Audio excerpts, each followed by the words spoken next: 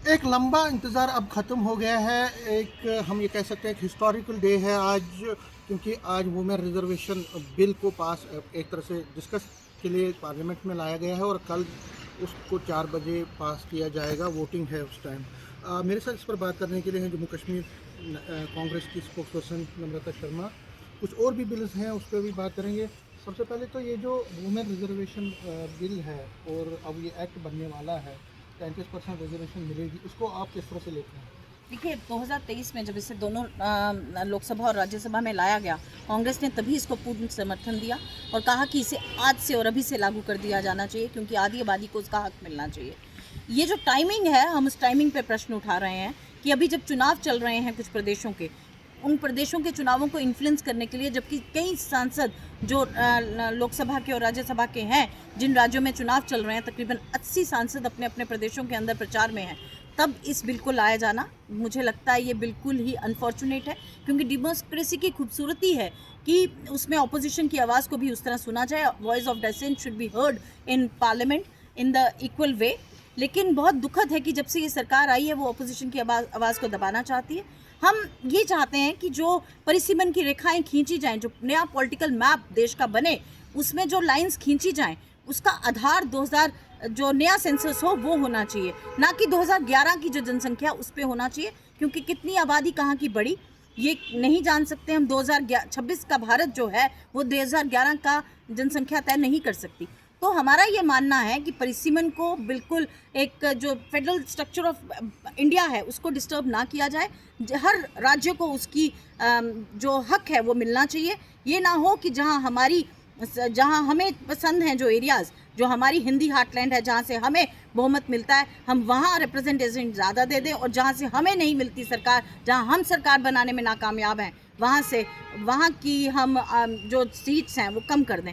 तो हर राज्य को अपना हक मिले, हम उसके हक में हैं। क्योंकि जम्मू कश्मीर की अगर हम बात करें तो वुमेन को आपकी पार्टी भी और बाकी पार्टियों में भी बहुत ज़्यादा रिप्रेजेंटेशन नहीं मिली है। तो आपको क्या लगता है, अगर ये बिल जब एक्ट बन जाएगा और रिजर्वेशन मिलेगी, तो क्या जो यहाँ की महिलाएं हैं, जो अभी तक उनको पॉलिटिकली एम्पावर नहीं किया गया है बाकी स्टेटों और यूटी की तरह, क्या आपको लगता है कि अपॉर्चुनिटी मिल सकती है?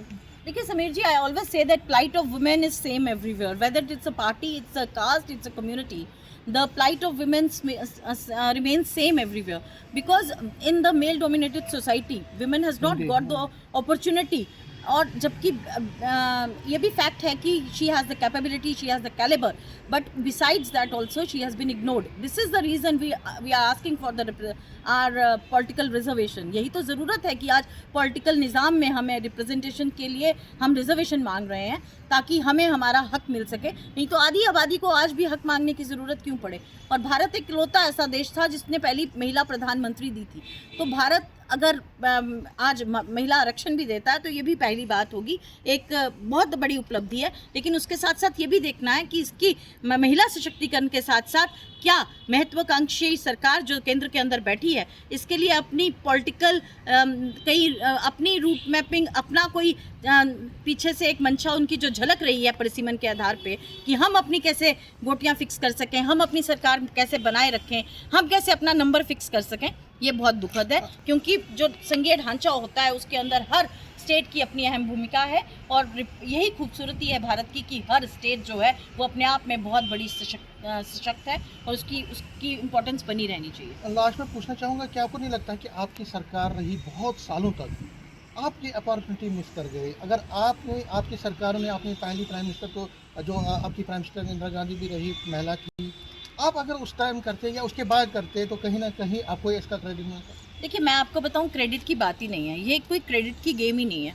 दिस इज़ एन रिफॉर्म, और अगर आपको संकल्पित होते हैं तो आपको क्रेडिट नहीं लेना है उसमें। दिस इज़ द संकल्प कि मैंने महिलाओं को आगे लाना है, और हमने जो कोशिश की वो कोई कर नहीं सकता। ग्रास रूट लेवल से ही उठाना महिला को मुश्किल था।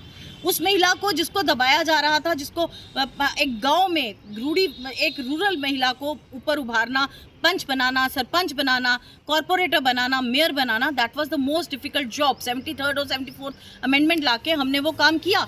उसके बाद जब हमारे पास वो, आप देखिए ना, इस पुरुष प्रधान समाज के अंदर हमारे पास मेजॉरिटी नहीं थी, हमारे जो घटक दल थे वो कभी इस चीज़ के लिए मंजूरी नहीं दे पाए, तो इसलिए नहीं हो पाया। हालांकि आप देखिए मोदी जी भी 3rd टर्म में इसको लाए, 2014 से है, क्यों नहीं संकल्प लिया कि 2014 में इसे पारित करें? आज तक तो हमें मिल जाता, हमारा हक 2023 में मिल गया होता।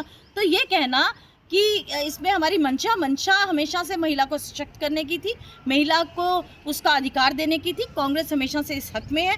कांग्रेस चाहती है कि महिला आधी आबादी को उसका हक मिले। न्यूज़ 18 से बात करने के लिए शुक्रिया।